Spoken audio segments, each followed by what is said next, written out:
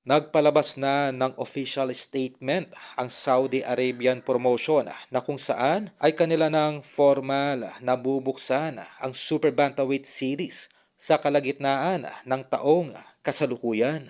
At mula dito ay malaya nang inaanyayahan ng Saudi promotion ang mga piling fighters sa 122 division. Ito ay isang malawakang promotional game plan ng Saudi sa pamumuno ng Arabian billionaire Turkey Al-Sheikh. At kung sino man ang magkampiyon sa nasabing torneo ay magkakaroon ito ng slot o yung pagkakataon upang makalaban ang the Japanese monster na Oya Inoue na nauna nang pumirma ng 3-fight contract sa naturang bansa. Kung baga, dito pa lamang ay pwede na nating ipagpalagay na dahil sa nasabing torneo ay malayang makakapunta ng Saudi etong si Alas bilang free agent fighter habang ito ay hindi pa nakakapagpasya sa inaalok ng bigating matchmaker na si Sean Gibbons na ito ay muling magbalik sa kanilang promotion. Lingid sa ating kaalaman ay matagal nang matunog ang pangalan